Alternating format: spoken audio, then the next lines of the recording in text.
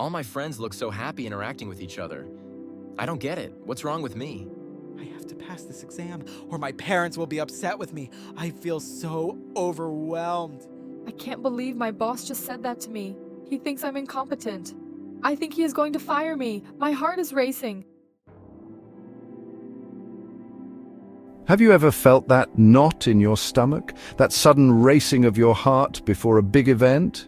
Perhaps your palms get a little sweaty or your mind just won't quiet down. We all know these feelings. They pop up before a job interview or when facing a challenge. This is often just our body's natural way of saying, hey, something important is happening. Now, let's talk about anxiety. It's a word we hear a lot. Sometimes it's used to describe those everyday nerves I just mentioned, because anxiety, in its mildest form, is indeed a very common human experience. It's designed to alert us to potential danger or stress. But what happens when that alarm system gets stuck in the on position? What if those feelings of worry and unease become a constant companion? This is when everyday worry can cross the line. It can become something more significant, impacting our daily lives. Understanding this difference is the very first step, and that's what we're going to explore together. So, where does this overwhelming anxiety actually come from? It's not always a simple answer. Often it's a mix of different things working together. One important piece can be our genetics. Anxiety can sometimes run in families. If your parents or grandparents experienced a lot of anxiety, you might be more prone to it too. Then there's the fascinating world of brain chemistry. Our brains use special chemical messengers called neurotransmitters to send signals. These messengers help regulate our mood, sleep, and stress responses. Sometimes there can be an imbalance in these chemicals. Life experiences also play a huge part. Traumatic events, whether big or small, can leave a lasting impact. Chronic stress is another major factor. Living with constant pressure from work, finances, or difficult relationships can wear down your resilience over time. Certain medical conditions can trigger anxiety symptoms. Things like thyroid problems, heart conditions, or even nutritional deficiencies can play a role. Some medications might also have anxiety as a side effect. Understanding these different routes helps us approach anxiety with more compassion. It helps us see it's not a personal failing, it's a complex issue with many contributing factors.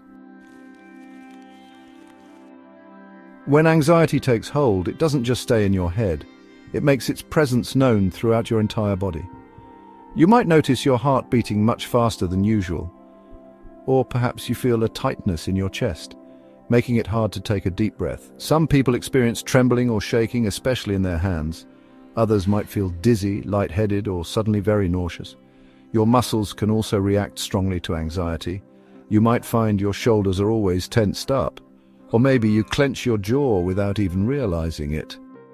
Stomach problems are very common too. That nervous butterflies in your stomach feeling can turn into real digestive upset. Sweating, even when you're not hot, is another classic sign.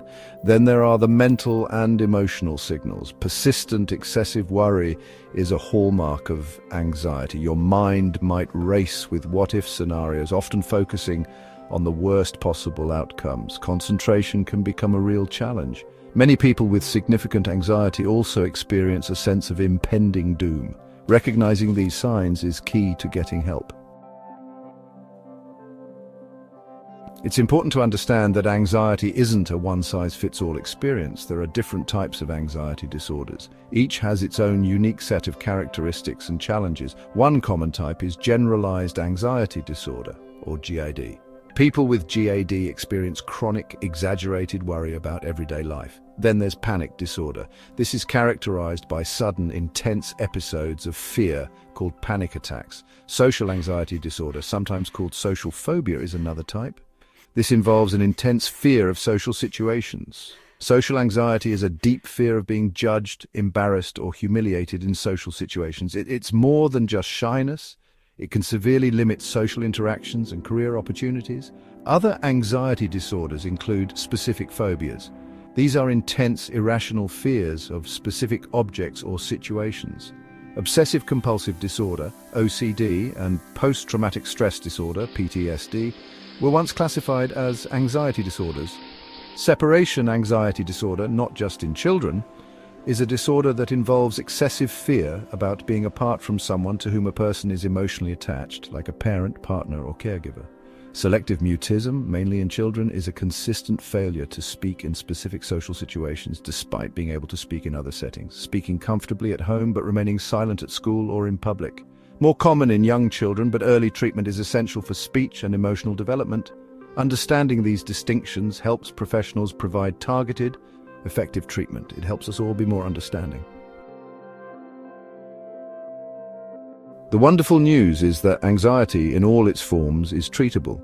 You do not have to live under its shadow forever. One of the most powerful tools is therapy, often called talk therapy or psychotherapy. Cognitive behavioral therapy, or CBT, is particularly effective for anxiety.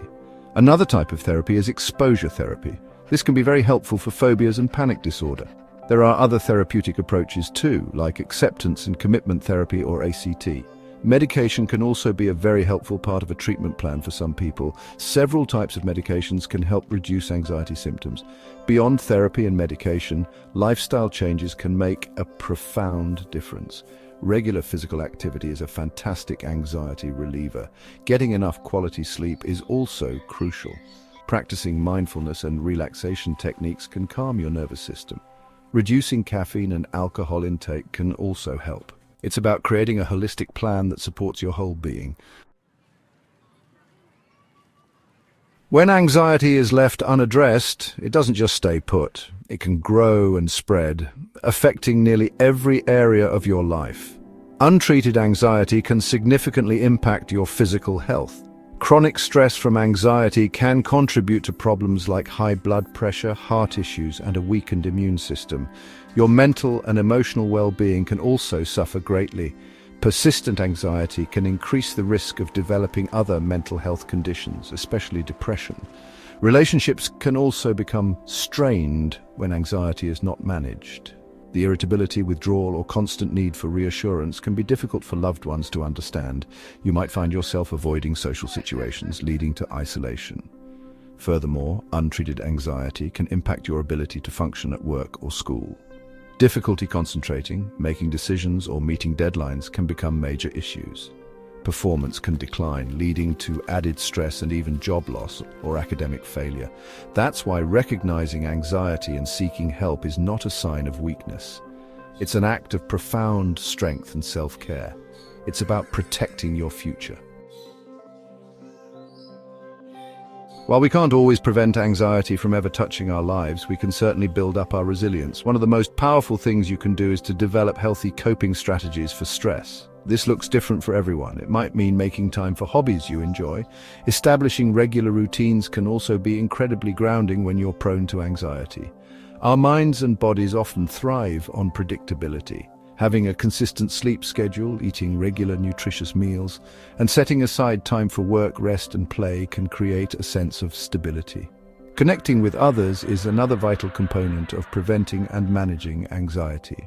We are social beings, and meaningful connections are essential for our well-being. Make an effort to nurture your relationships with family and friends. Talk to people you trust about how you're feeling. Sometimes just voicing your worries can lessen their power. Finally, taking care of your physical health is a cornerstone of anxiety prevention. Regular exercise, a balanced diet, and adequate sleep are non-negotiable. These simple, consistent actions can build a strong foundation of well-being. If you are struggling with anxiety, please hear this. You are not alone. So many people walk this path. There is no shame in feeling anxious. It is not a character flaw or a sign of weakness, but there is so much hope. There are so many ways to find relief and reclaim your peace. The journey to feeling better starts with one small step: reaching out for help. Talk to someone you trust.